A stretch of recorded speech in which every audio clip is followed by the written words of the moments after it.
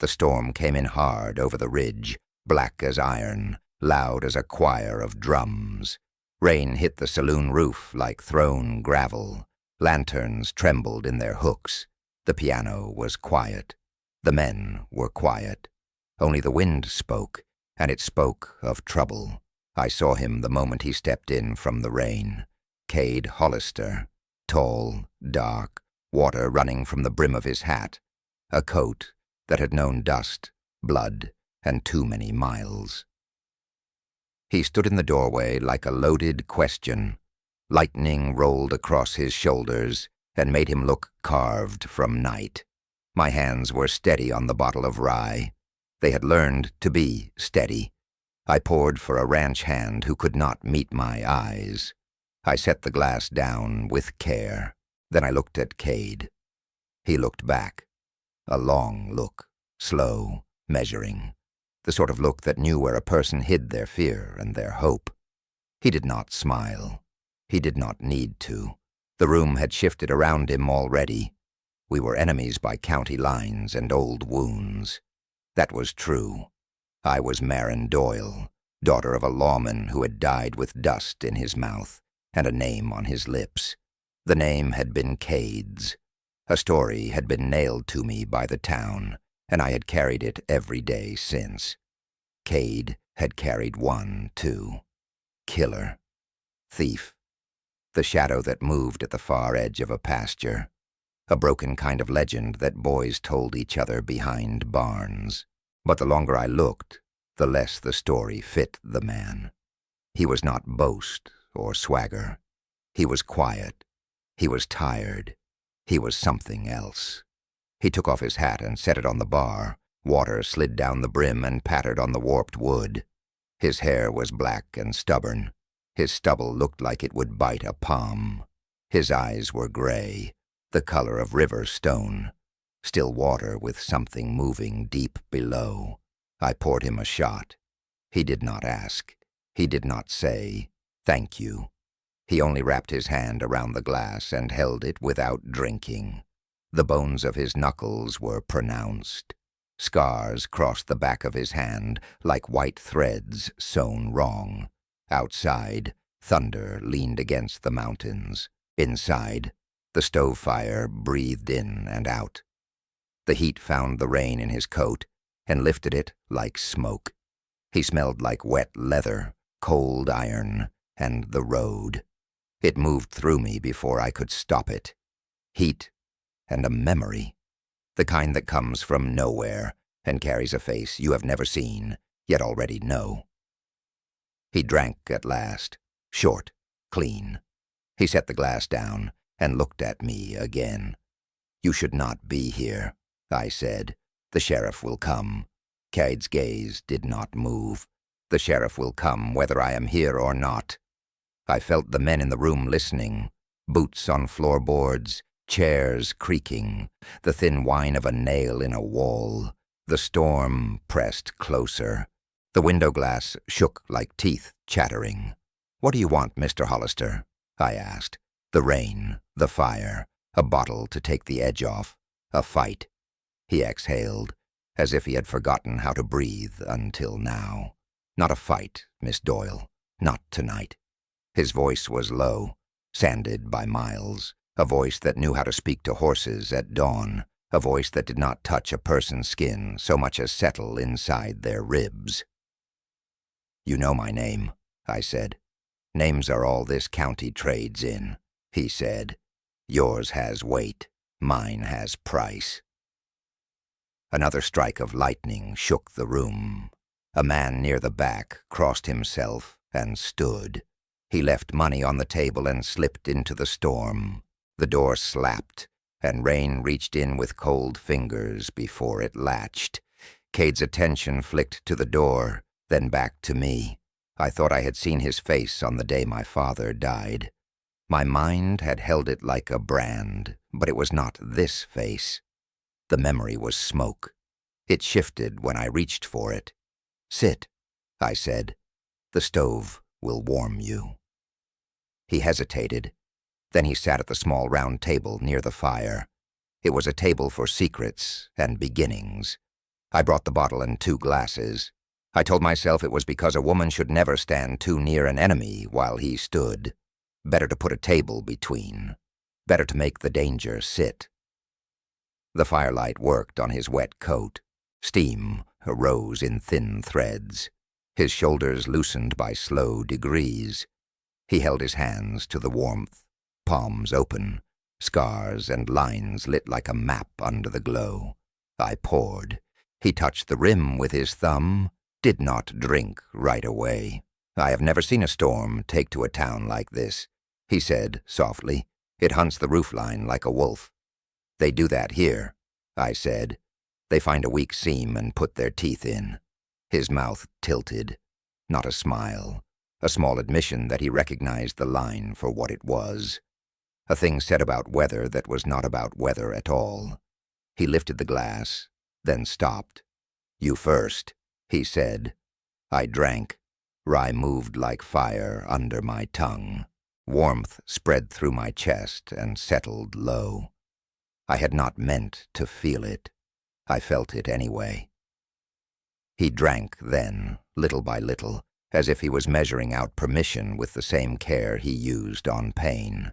What he did not know was that I had gone out to the ridge that afternoon. I had seen riders, someone hunting someone. I had seen dust climb, coil, and fall. I had seen a hat that could have been his, or another man's. The storm had been a bruise on the horizon even then. It had only been a question of when. You came for shelter, I said, or did you come for me? I heard my own voice and wondered who had put that boldness in it. The fire snapped. A log fell. Sparks climbed like moths trying for heaven. He watched the sparks and said nothing for a long time. Then he said, I came because there's a debt in this town that does not belong to me. I am here to say it out loud where someone can hear it. My chest went tight. Whose debt? His eyes lifted to mine. Not mine to give you today. So you came to keep a secret, warm by my fire. Something like that. We sat with the silence. The storm deepened.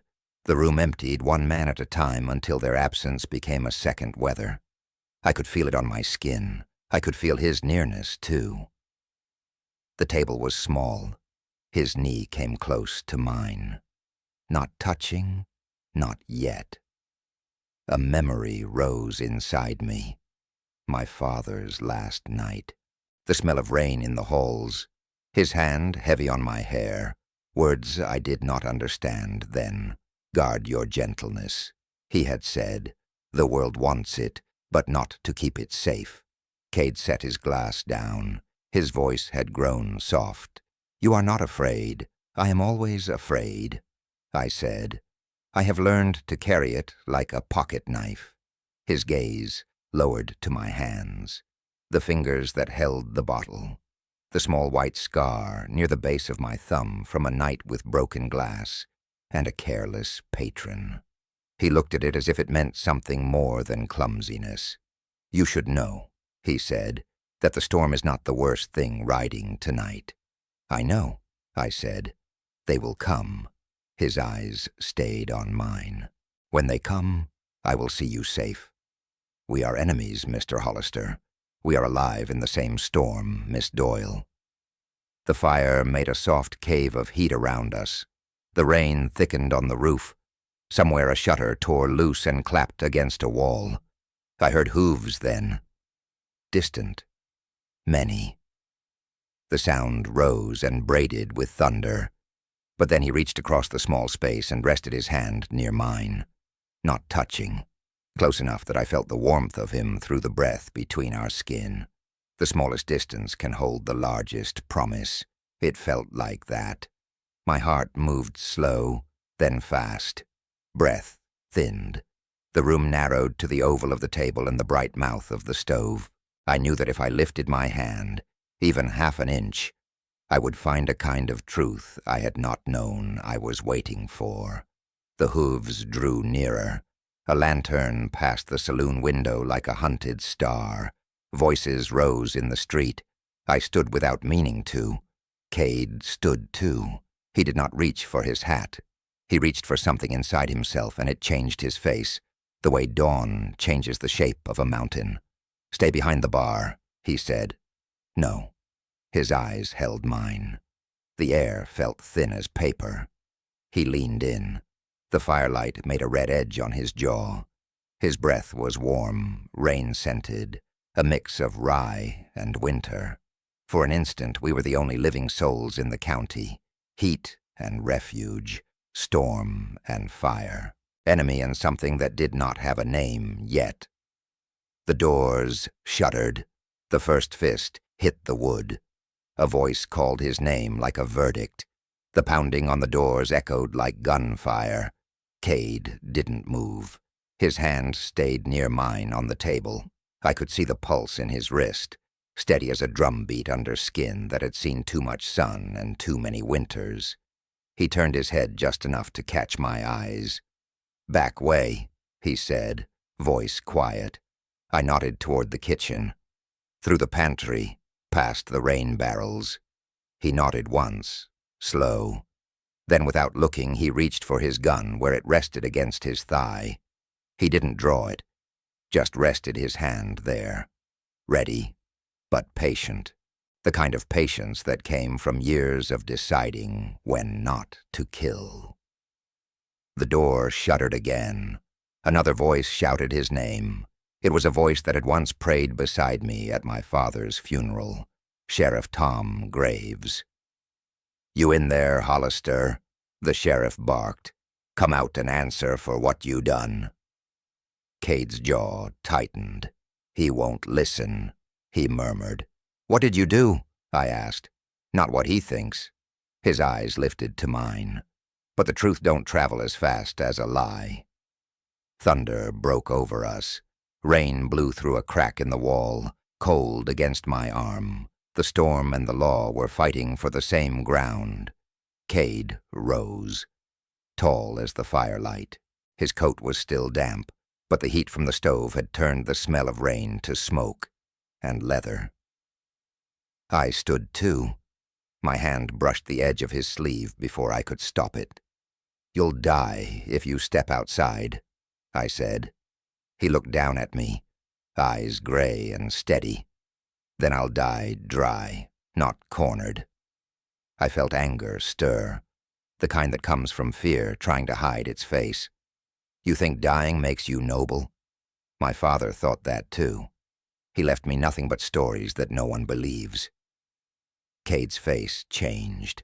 Something softer, pained, moved across it. "He was a good man." "You knew him." I did. His voice was almost a whisper, and what happened that night weren't what it seemed. Lightning split the sky, turning his face white for an instant. The words fell between us, heavy as wet stone. Before I could speak, the saloon doors burst open. 3 men filled the frame, slick coats, rifles ready. The sheriff behind them, eyes sharp with rain and judgment. "There he is," Graves said, lifting his weapon. "Hollister, step away from the lady." Cade's voice was low, even. "She's not the one needs protecting." My heart climbed into my throat. I moved closer, between them without thinking. The sheriff's jaw clenched. "Maren, move aside." "I won't." "Maren," he said again, his voice cracking like old wood. "Your father." "I know what my father wanted," I said, "but I also know what fear looks like, and it's not standing beside me. It's pointing guns in a storm." Cade's hand brushed the small of my back. Just a touch, no push, no pull. But it steadied me. Rain hammered the roof, wild and relentless. "Tom," Cade said, quiet, "there's a ledger in your office, bottom drawer. You'll find the page that tells the truth." The sheriff frowned. "You're lying." "I'm done lying," Cade said. "That's why I came." I felt him shift beside me, no weapon raised, just shoulders squared like a man who had made peace with whatever came next. His calm scared me more than any storm could. The sheriff hesitated. Doubt flickered in his eyes. The wind howled through the open door, and a gust threw rain across the floorboards, blurring the space between justice and mercy. Then a gun went off. Not the sheriff's, not Cade's. One of the deputies. Nervous hands. Bad aim. The shot tore into the wall behind me. Splinters flying. I flinched, and Cade's arm went around me, pulling me down behind the table. The next sound was another shot. Cade's, clean and fast. The deputy's rifle fell. The saloon went still, except for the storm. The sheriff stared at Cade, chest heaving, rain dripping from his hat. No one moved. "Tom," Cade said softly, "I didn't kill your friend. I tried to save him. The man who did, he's the one paying you for silence." The sheriff's eyes changed. His breath broke. "You're saying—" Cade nodded once. "Look in that ledger." For a long moment, the only sound was the hiss of rain on the stove. The sheriff lowered his gun. Then he turned to his men. "Get out." They hesitated, confused. "Sir." "Go." When the last man was gone, Cade's hand slid from his gun. He leaned against the bar, shoulders dropping like a man who had carried too much too long. I rose, slowly. "You could have killed them all." He shook his head. "Killing's easy. Living with it isn't." The storm still raged, but something quieter had settled between us. The kind of silence that comes after truth begins to crawl out of hiding. I watched him breathe. Slow, deep, steady. "You saved my life," I said. He looked at me, rainwater still clinging to his lashes. "No, Maren, you saved mine." I didn't know what to do with that. I turned to pour another drink, hands shaking now that danger had passed. The fire caught his face again, softer this time. His eyes weren't stone anymore. They were just tired. Human. He stepped closer. I felt the warmth before he spoke. "You ever wonder what it costs," he said, "to stay angry?" I met his gaze. "Every day." He nodded. "Me too." Outside, the thunder rolled farther away, fading over the ridge. The rain eased to a whisper, the kind of quiet that feels like a held breath. Cade looked toward the door, then back at me. "I'll go before dawn," he said. "You don't have to." "I do. But I'll come back, if you'll have me." I didn't answer right away. The words trembled on my tongue, too fragile to speak. Instead, I reached for his hand. He let me. The touch was simple, warm, real. The storm had washed the world clean, but inside, the fire still burned. Small, steady, waiting. The storm broke before dawn. The air outside was cold and bright, sharp with the smell of wet earth and cedar smoke. I stood by the saloon window, watching the gray lights spread across the valley. Water dripped from the roof in slow, steady lines. Everything looked washed, raw, and new. Cade sat at the table near the stove, hat in his hands, staring at the fire that had burned all night. He hadn't spoken much since the sheriff left. He hadn't needed to. Some truths don't ask for words. They just sit with you until they feel known. "You could leave now," I said quietly, "before the town wakes." "I could," he said, "but you won't."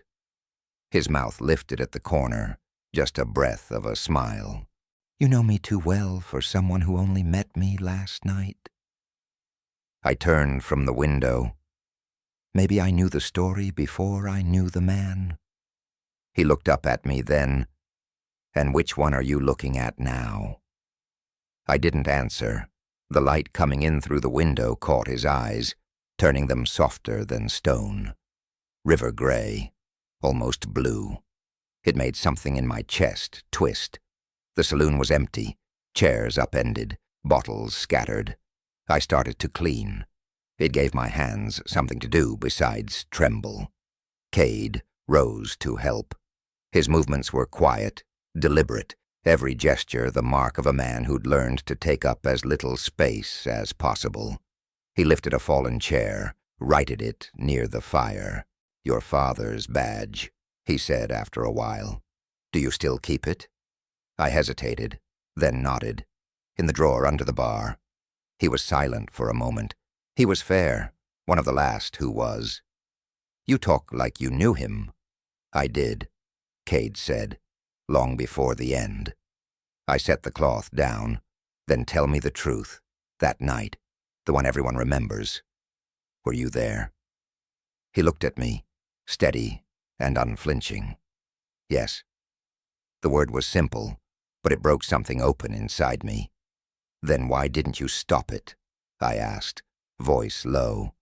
"I tried," he said. "Your father met me out near the old mines.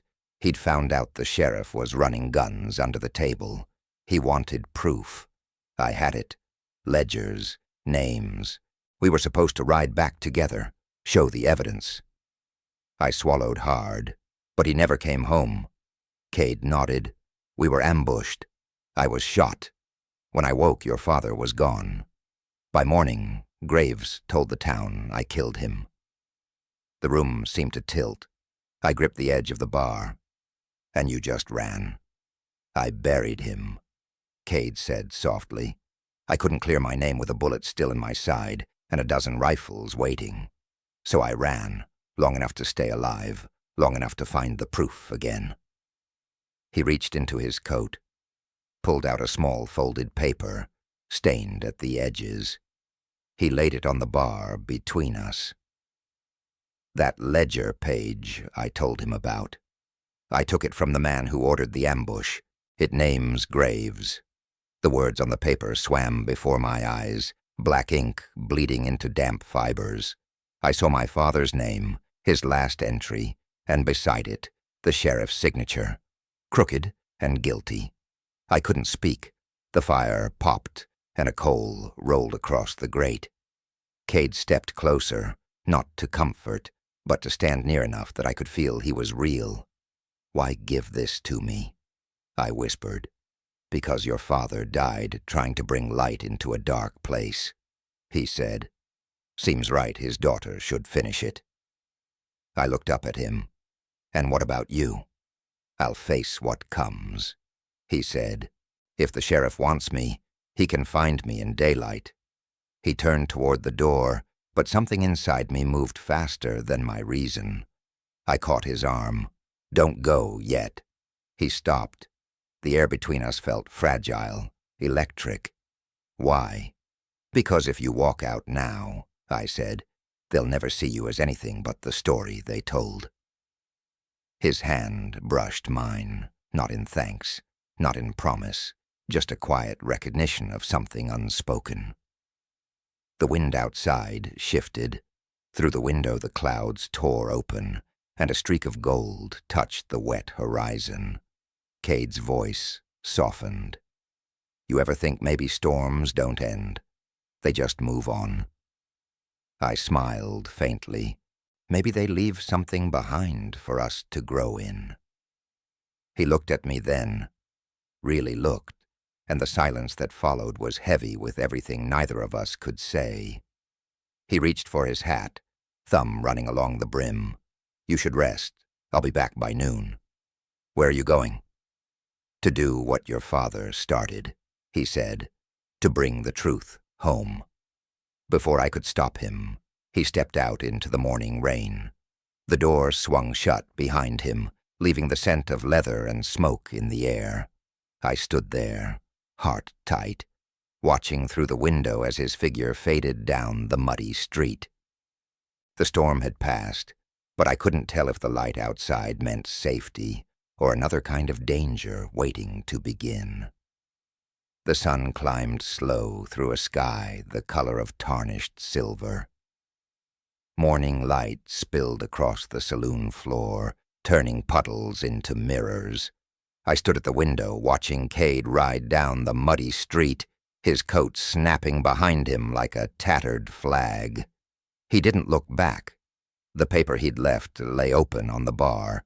I traced the smeared ink with my fingertip. My father's handwriting, shaky from the road, still carried a steadiness I could almost feel through time. Beside it, the sheriff's crooked mark, proof that the truth had been hiding in plain sight. Every sound in the room felt too loud. The crackle of the dying fire, the drip from the leaky roof, the faint creak of the sign outside swinging in the wind. My heart hadn't settled since he walked out. I moved to the bar and poured a shot. Though I didn't drink it, I needed my hands to stay busy.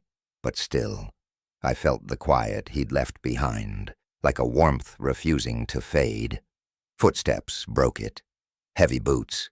Deliberate, not Cade's. I turned just as Sheriff Graves pushed the doors open. His hat dripped rain down his shoulders, and his face was drawn tight. "Maren," he said, "you alone?" I nodded slowly. "Depends on what you call alone." He glanced around the room, eyes resting on the half-burned fire, the empty chair Cade had sat in. He knew. I could see it. "You shouldn't keep company with a man like Hollister," he said. "Funny," I said. "He told me the same about you." The sheriff's mouth thinned.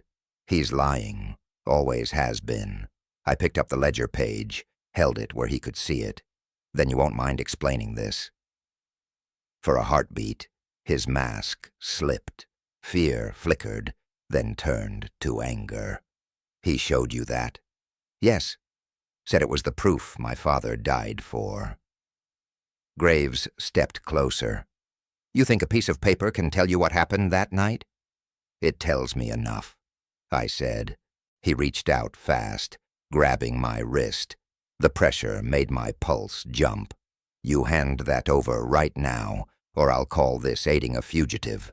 I met his eyes, steady. "You can call it what you want, Tom, but my father's ghost won't stay quiet this time." He hesitated. For all his bluster, there was guilt in the tremor of his jaw. "You don't understand what this town was, Maren, what it still is. Men like your father, men like Hollister, they don't fit here anymore." "Then maybe it's time the town changed." Something dark moved through his gaze. "Don't test me." He yanked the paper from my hand. I twisted free, breath sharp. For a moment I thought he'd strike me. Instead, he tucked the page into his coat and turned toward the door. But before he reached it, it swung open again. Cade stood there, rain-soaked, revolver in hand. "Leave it," Cade said, voice low and steady. Graves froze. "You're making a mistake, boy." "I've made plenty," Cade said. "Not this one." The sheriff's hand brushed his gun, but Cade lifted his first. The barrel gleamed in the gray light. The air in the room thickened until it felt like breath itself might catch fire. "Put it down," I said softly. Cade's eyes flicked toward me. "He has the proof." "I know," I said, "but not this way." Graves sneered. "You think she'll save you, Hollister? She'll hang beside you when this is done." Cade stepped closer, slow as a man walking through memory. "You already hanged her father with your lies. I won't let you do it again." His gun stayed leveled. The sheriff's hand twitched, then fell still. I could see him calculating the distance, the angle, the risk. Cade's calm was the kind that made other men uncertain. "Cade," I said quietly, "please." For a long moment he didn't move. Rain whispered on the roof. Then he lowered the gun. The sound of the hammer easing down was louder than thunder. "Take it," he said to me, "before he burns it." I stepped forward. Graves hesitated, then glanced toward the window. The street beyond, empty and wet. Maybe he saw that the town wouldn't hide him forever. Maybe the guilt had finally found its way through. He took the page from his coat, and tossed it onto the bar. You think that paper matters? You think truth makes any of this right? No, I said, but it's a start. He spat on the floor, pushed past Cade, and disappeared into the rain. For a moment all I could hear was the storm's fading breath. Then I turned to Cade. You didn't have to spare him. I did, he said. For you. For him. He nodded toward the paper. Your father wouldn't want another grave on his name. The firelight caught his face again, soft and tired. Water dripped from his hair. I wanted to tell him he'd done the right thing, but the words felt too fragile in the silence between us. Instead, I reached out and took his hand. His skin was cold from the rain, but beneath it, heat still lived. We're not finished, I said. No, he murmured. Not yet.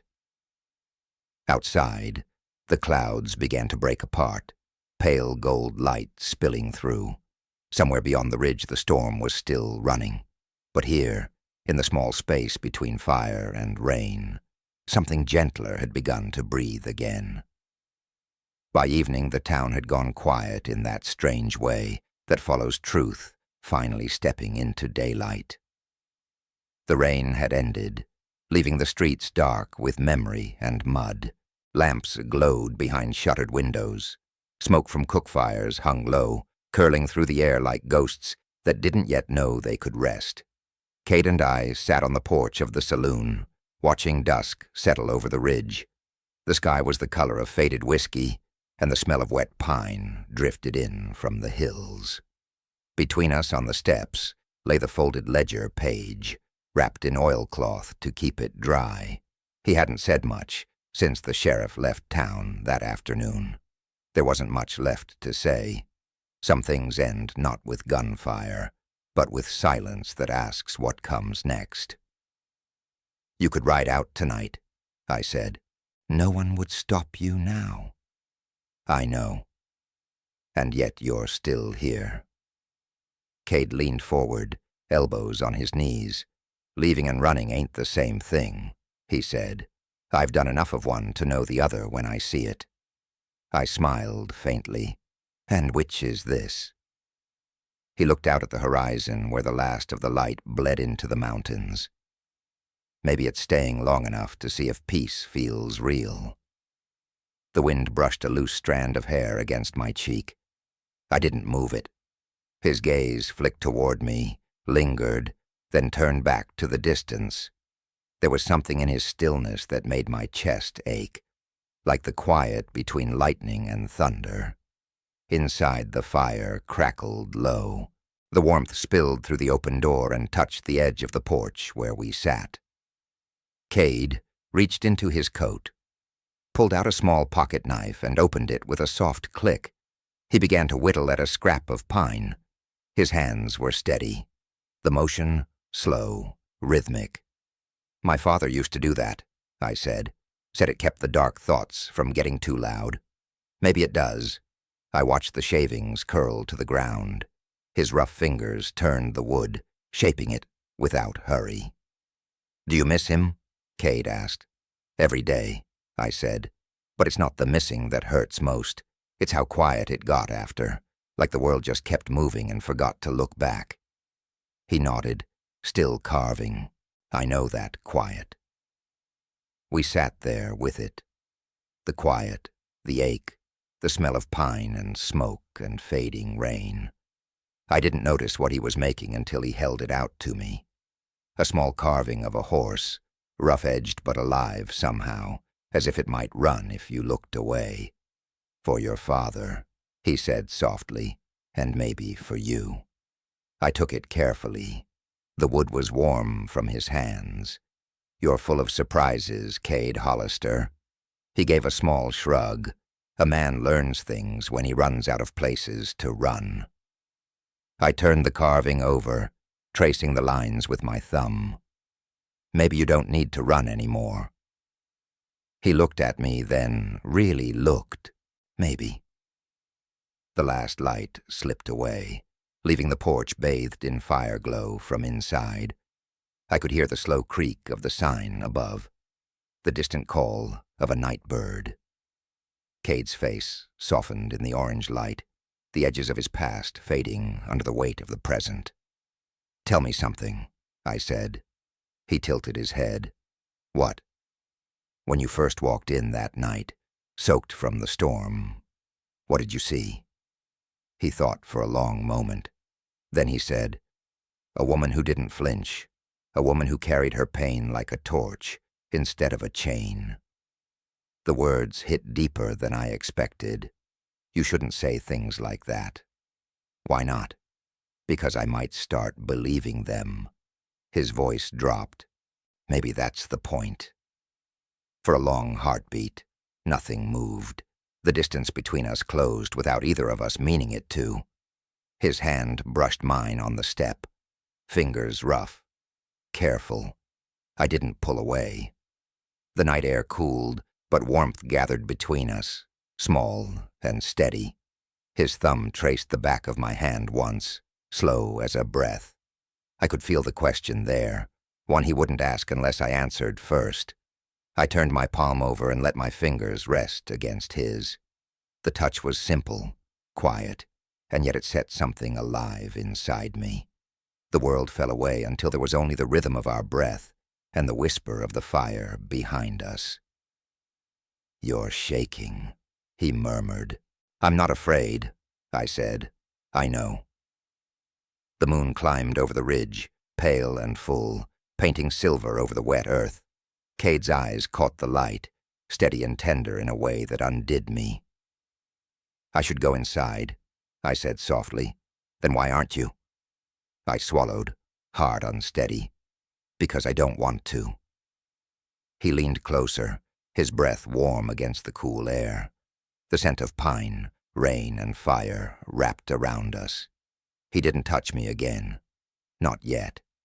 He just looked, waiting, letting the silence answer for both of us. Somewhere deep in the valley, a coyote called. The sound carried through the night like a memory too wild to forget. Cade's voice came low. "You don't have to heal all at once, Maren. Sometimes just breathing the same air as someone who won't hurt you is enough." I felt the sting in my eyes before I could stop it. "And what about you? Who heals you?" His gaze dropped to the space between our hands. Maybe I already started. The firelight flickered across our faces. The night held its breath, and in that fragile pause, something old and broken finally began to mend. Morning came soft and golden, the kind of light that touches everything slow, as if afraid to wake the wounds it shines on. I woke before the town did. The saloon still wrapped in quiet. The fire had gone to embers. Cade was gone from the porch, but his coat hung over the back of the chair where he'd sat. The air still held his warmth. Leather, rain, and something that felt like promise. Outside, the earth steamed under the first stretch of sunlight. The horses in the corral kicked up wet dust. I poured coffee, black and bitter, and sat near the window. I told myself I wasn't waiting for him, but I was. He came back not long after, leading his horse slow, a saddlebag slung over his shoulder. His face was drawn, his shirt damp with sweat. When he stepped inside, the air changed again, steadier, somehow safer. "Where'd you go?" I asked. "Up to the ridge," he said. "Had to see what the sheriff left behind." "And?" "Tracks," he said. "Too many. He didn't ride alone." I frowned. "You think he'll come back?" "He will," Cade said quietly. "Men like graves never leave loose ends." The unease that had slept beneath my ribs stirred again. "Then we'll be ready." He looked at me, long and searching.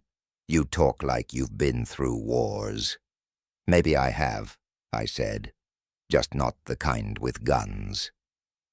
That earned the faintest smile. He sat across from me, and for a while we drank in silence. The fire hissed as a coal split. The smell of smoke and morning dust filled the room. When he finally spoke, his voice was low, careful. "You ever think about leaving this place?" "All the time," I said, but the thought never gets farther than the door. "Why?" "Because everywhere I go, I take the same ghosts with me." He nodded, eyes softening. "Then maybe the trick ain't leaving. Maybe it's learning how to sit with them till they stop haunting you." I met his gaze, and for the first time, I saw not the outlaw the town whispered about, but a man who had learned how to make peace with silence. The air outside shifted, the wind carrying the faint scent of rain again, though the sky was still blue. I looked toward the horizon. "Another storm?" I asked. "Not the kind that comes from clouds," he said. Before I could ask what he meant, hoofbeats echoed from the street. 2, maybe 3 riders. Cade stood, hand moving instinctively to the revolver at his side. I went to the door. Dust rose under the horses' feet. A small group of men reined in near the hitching post. Ranch hands, loyal to graves.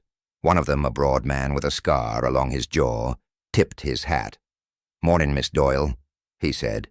"We're looking for Hollister." Cade stepped into the doorway beside me. "You found him." The man's smile didn't reach his eyes. "Sheriff says you're wanted for obstruction, theft, and maybe worse. Told us to bring you back." Cade's voice was calm. "You'll need more men." The man's grin widened. "Oh, we got more coming."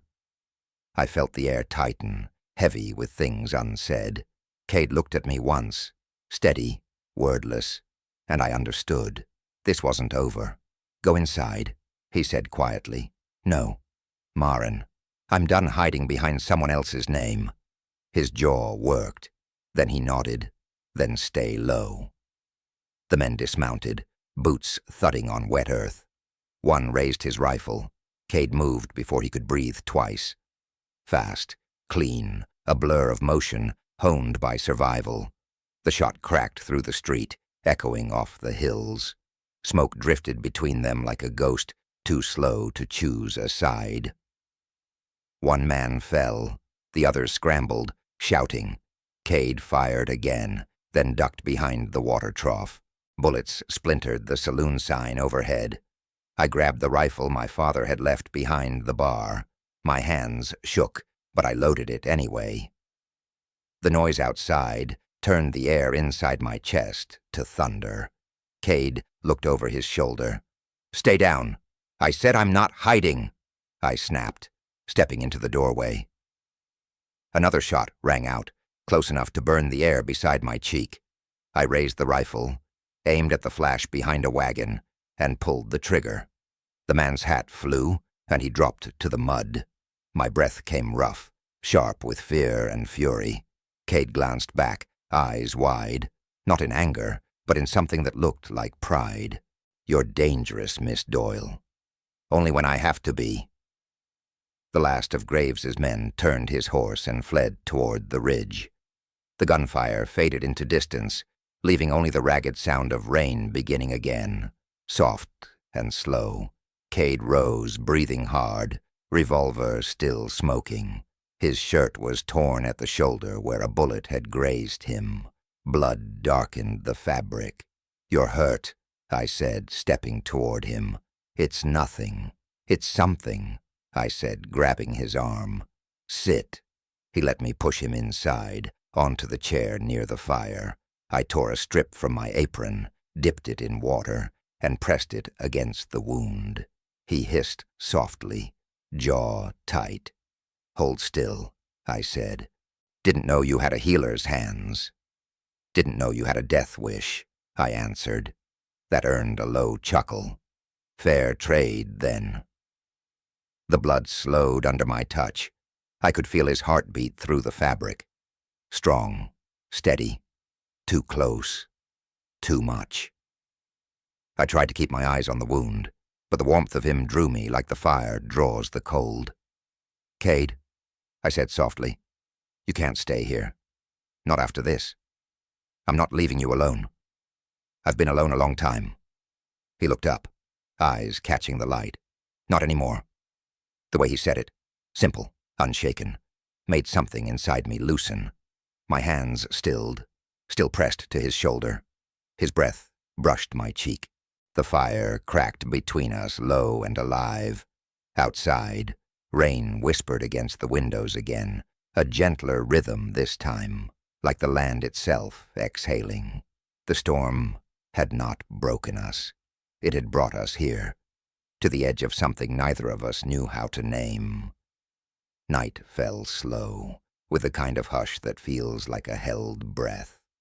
The storm had drifted east, leaving behind a restless wind and the faint scent of iron in the air. The lamps burned low, turning the saloon into a place made of amber and shadow. Cade sat near the fire, shirt open at the collar, the bandage on his shoulder darkened but clean.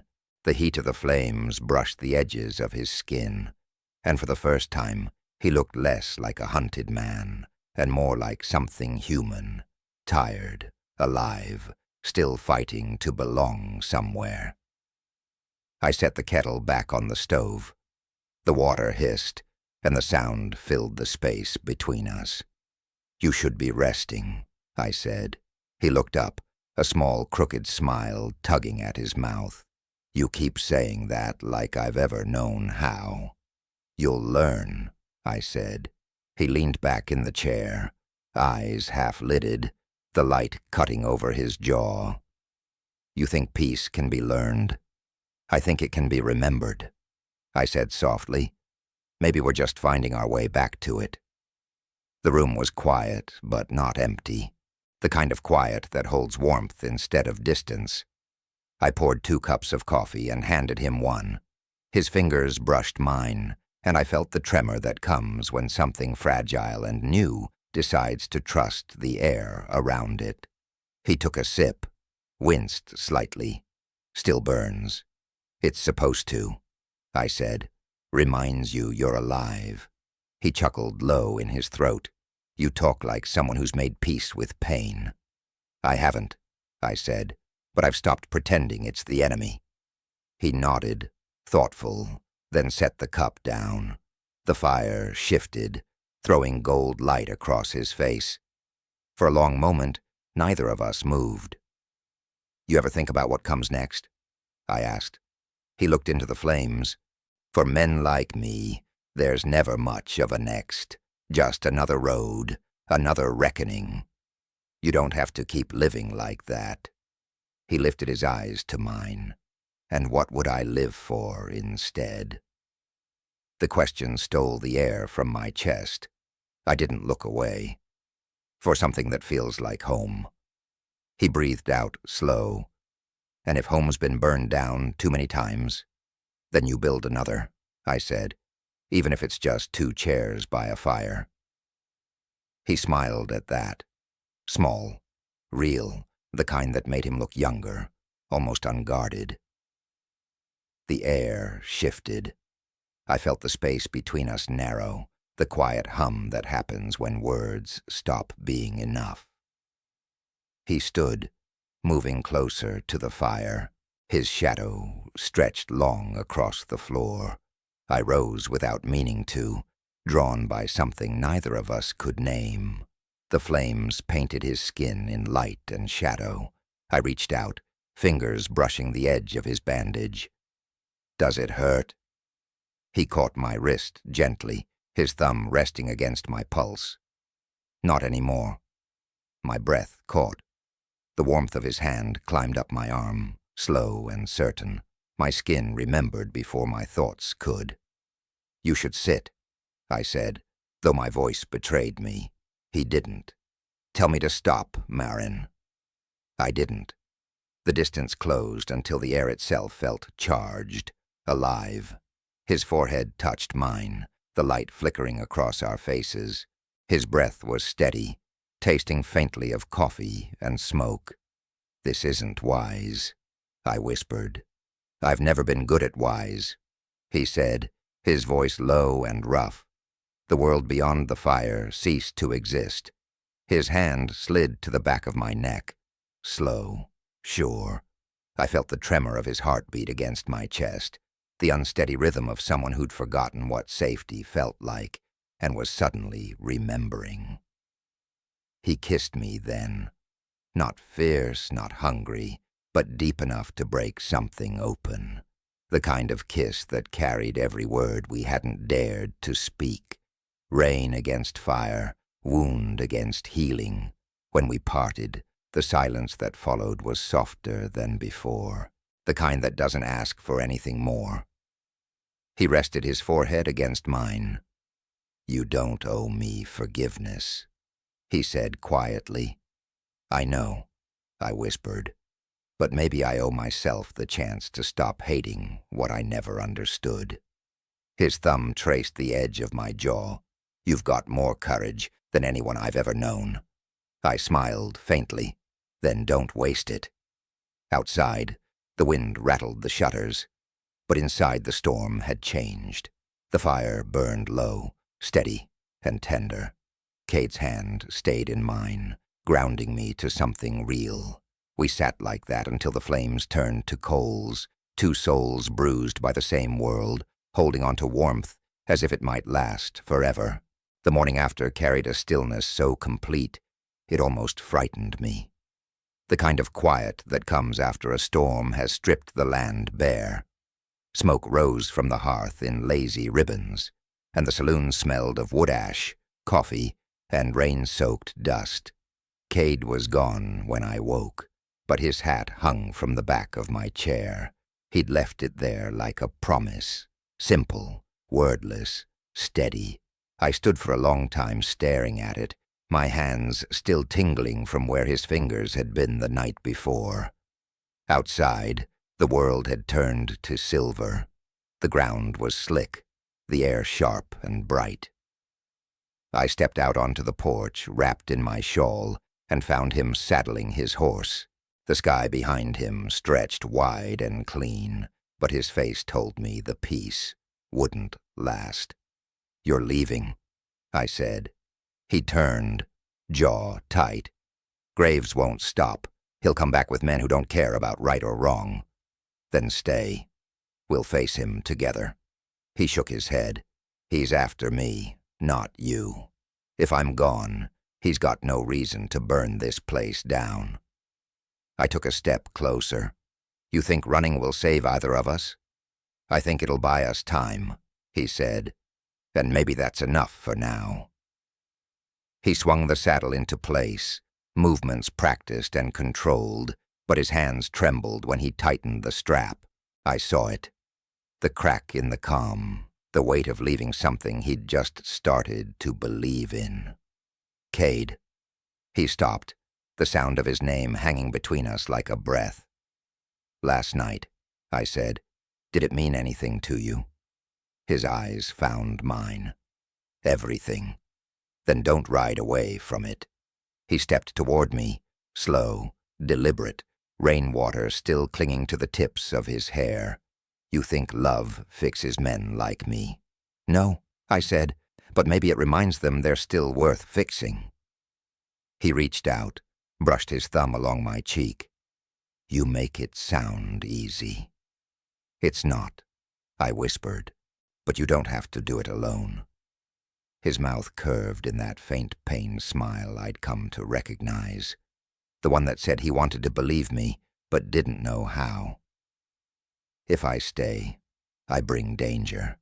If you go, you bring regret." He looked past me, toward the horizon. The wind moved through his coat, carrying the smell of rain and distance. I could see the war behind his eyes, duty against desire, guilt against grace. "Graves won't quit," he said finally. "He's too proud, too scared of his own lies." "Then let him come," I said. "He can't outrun truth forever." Cade exhaled hard, the sound halfway between a laugh and a sigh. "You talk like a preacher." "No," I said. "Just a woman who's done being afraid." Something in him broke then. not in weakness, but in surrender. He reached for me, pulled me against him, the movement desperate and certain, all at once. His arms were rough, his breath warm against my temple. "If I stay," he murmured, "I need you to understand something. The man you see, he's got ghosts that don't go quiet easy." "Then we'll let them talk," I said, my voice steady against his chest, "till they tire themselves out." He rested his chin on my hair. For a while, neither of us spoke. The world narrowed to the sound of wind brushing through the eaves and the rhythm of his heart beneath my ear. A horse whinnied in the distance. One, then two. Cade stiffened. I felt it before he pulled back. "They're here." "Graves?" He nodded, eyes dark now. "And more." I followed him inside. He checked his gun, loaded one last round, and turned to me. "If things turn bad, you take the back door, ride south. Don't look back." "I'm not leaving you." "Maren, no." I gripped his arm, meeting his gaze. "Not again." The sound of hooves drew closer. Dust lifted from the road, swirling in pale ribbons. Through the window I saw them, 5 men on horseback, faces hard, rifles gleaming in the light. Graves rode at the front, his coat dark and his eyes cold. Cade stepped into the doorway, revolver drawn but low at his side. The sun caught the barrel, flashing once like lightning before the strike. "Sheriff," he called out, voice calm, "you here for justice or revenge?" Graves spat into the dirt. "Same thing far as I see it." Cade's shoulders stayed loose, but I could see the tension in his jaw. "You already lost once. You sure you want to try again?" The sheriff smiled thinly. "I'm not the one bleeding this time." The air cracked. Then the first shot split the quiet. Cade pushed me back as the glass behind us shattered. The saloon filled with gunfire and smoke, the smell of powder thick and bitter. He fired twice, dropped one man from his horse. Another fell near the trough. I grabbed my father's rifle from the counter. My hands no longer trembled. The noise outside blurred into rhythm, fear, courage, and something fierce rising where grief had lived. "Cade," I shouted, "I see him." He stepped out into the street, into the open, where the world was fire and dust. Graves aimed from behind a wagon, shouting orders. Cade's shadow crossed the mud, long and defiant. Then everything slowed, the echo of a shot, the sharp pull of breath, the world tilting. Cade stumbled, hand pressed to his side. "No!" I screamed, running toward him. He caught himself on one knee, blood blooming through his shirt. His eyes found mine through the smoke. "Stay back," he rasped. But I didn't. I dropped beside him, pulling him toward cover. Bullets tore into the wood around us, splinters raining down. My heart hammered, each beat a prayer. "We have to end this," I said. He looked up, pale but steady. "Then let's finish what your father started." Outside, Graves reloaded, his voice carrying over the chaos. "Come out, Hollister. I'll give you one last shot to die clean." Cade's eyes hardened. "Then I'll take it." He stood, slow and deliberate, blood running down his arm. He looked at me once, and I understood what that look meant. Whatever happened next, he'd make sure I lived to see morning. "Cade, trust me," he said. He stepped into the light. The gun smoke hung thick in the air, the morning sun bleeding through it in pale streaks. Cade stood in the open street, blood dark on his shirt, revolver steady in his hand. His breath came rough, but his stance never wavered.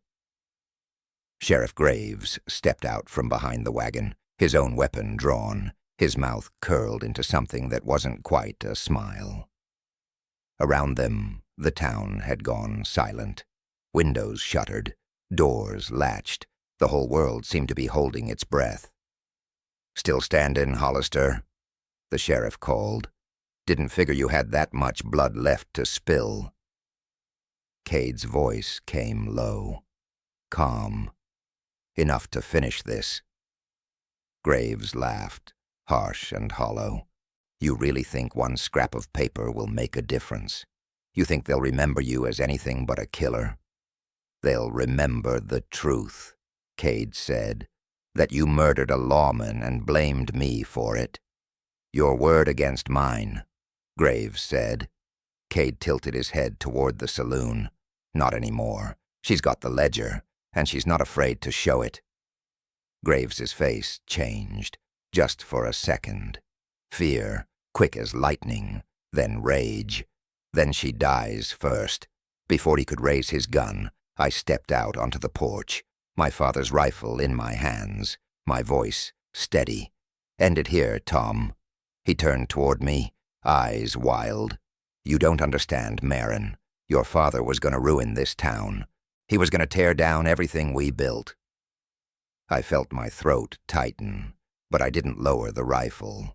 Then maybe it needed tearing down. He sneered. "You sound just like him." "Thank you." For a heartbeat, no one moved. The wind stirred the dust between them, a ghost of the storms that had brought us here. Then Graves raised his gun. Cade fired first. The sound cracked like thunder across the valley. The sheriff's body jerked once, then folded into the dirt. His gun fell beside him, still smoking. The echo rolled through the empty street until even the air seemed tired of violence. Cade's revolver lowered. His shoulders sagged. Then he stumbled forward, one hand pressed to his side. "Cade." I dropped the rifle and ran. He fell to one knee as I reached him, blood spilling through his fingers. His breath was shallow, lips pale. "It's all right," he rasped, even as the color drained from his face.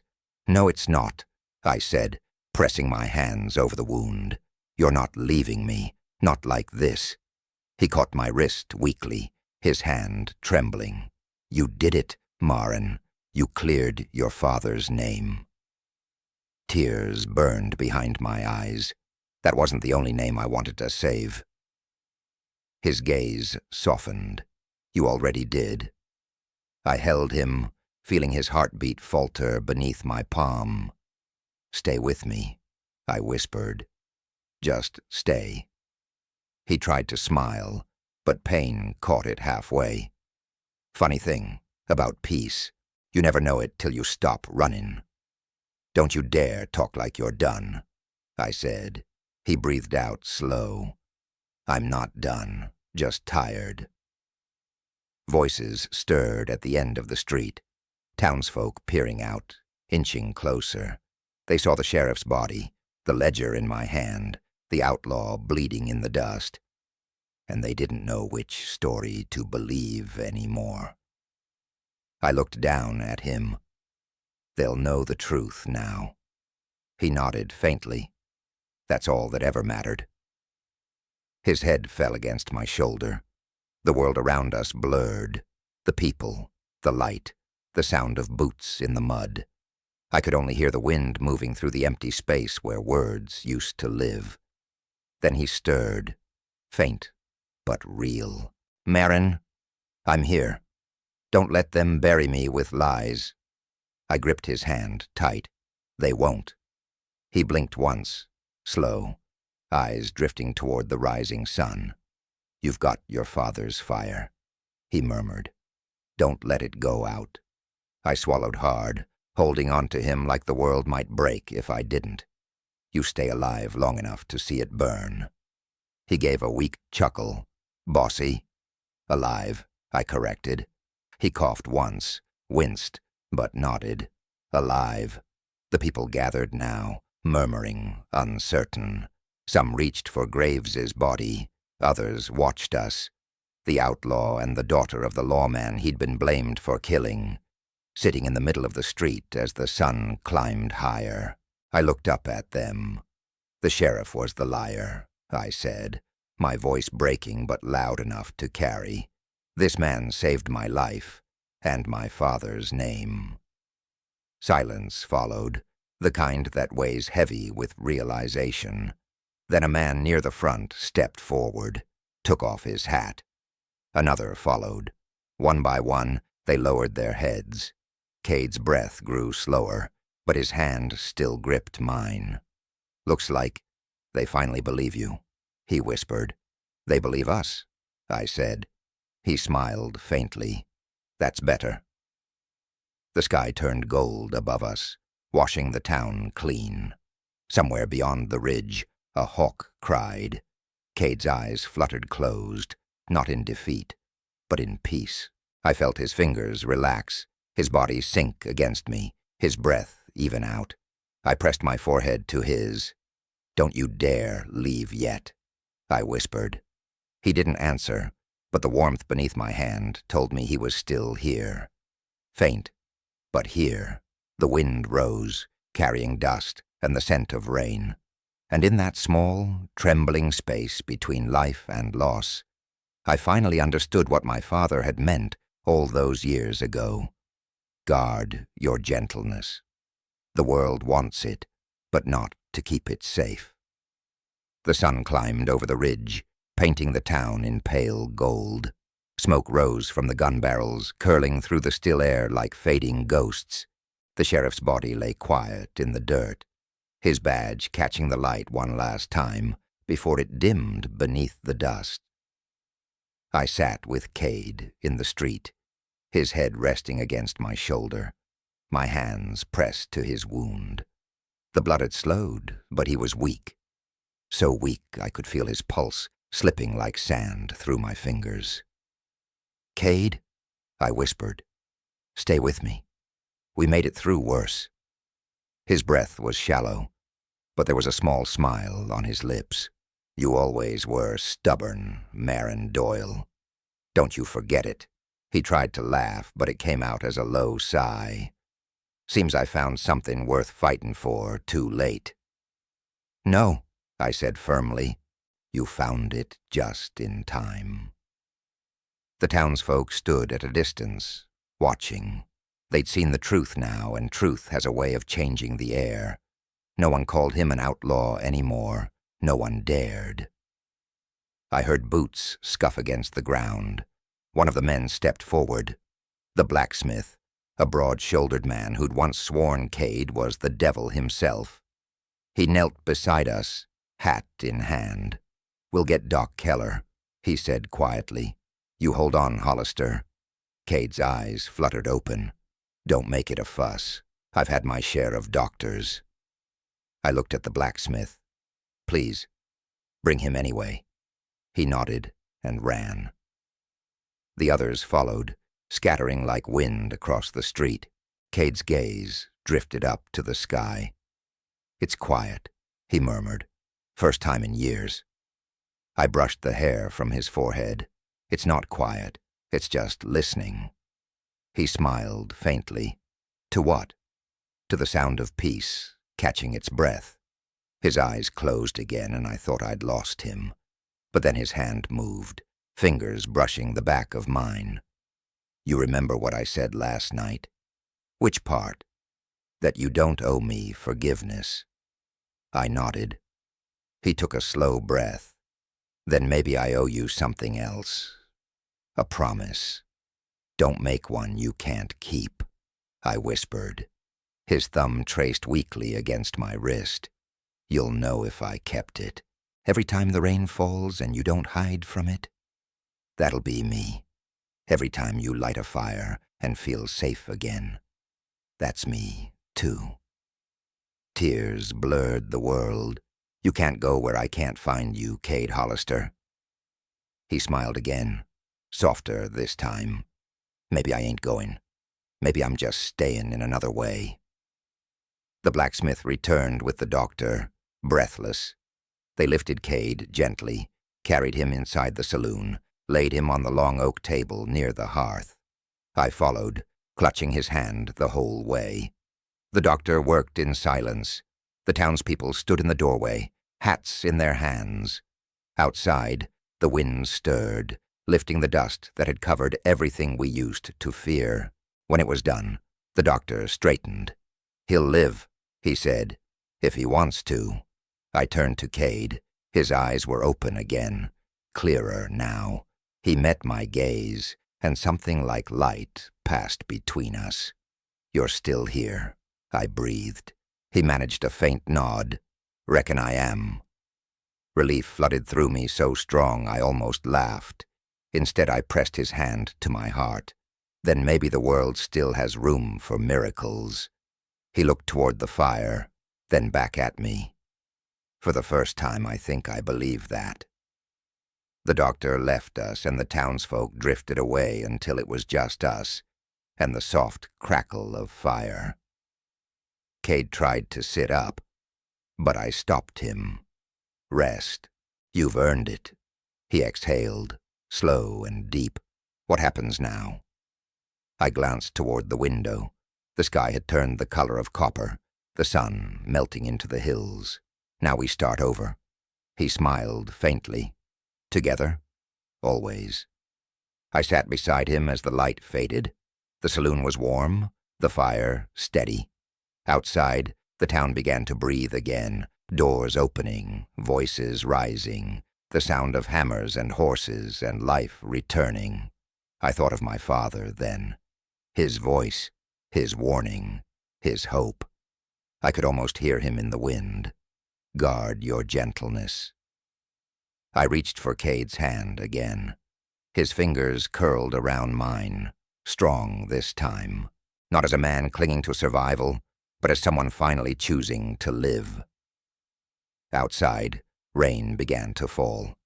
Soft, steady, cleansing. I rose and opened the door. The wind carried the smell of wet earth and wildflowers through the room. Cade's eyes followed me. "Rain again?" he asked, voice rasping but warm. "Not a storm," I said. "Just rain." He smiled, then let it fall. I stepped out into it, lifted my face to the sky. The drops were cool, sweet, gentle, like forgiveness given form. Behind me, Cade's voice came low and sure. "Maren." I turned. He was sitting now, framed by firelight, the shadows soft around him. "What is it?" "Feels like the world's starting to breathe again," he said. "It is," I whispered. "So are we." The rain fell harder, washing the dust from the street, the blood from the boards, the past from the air. And under that western sky, scarred and endless, two souls found their way home. If this story has touched a tender place in your heart, let your light stay with us. Comment, share, and subscribe so this western fire keeps burning for you.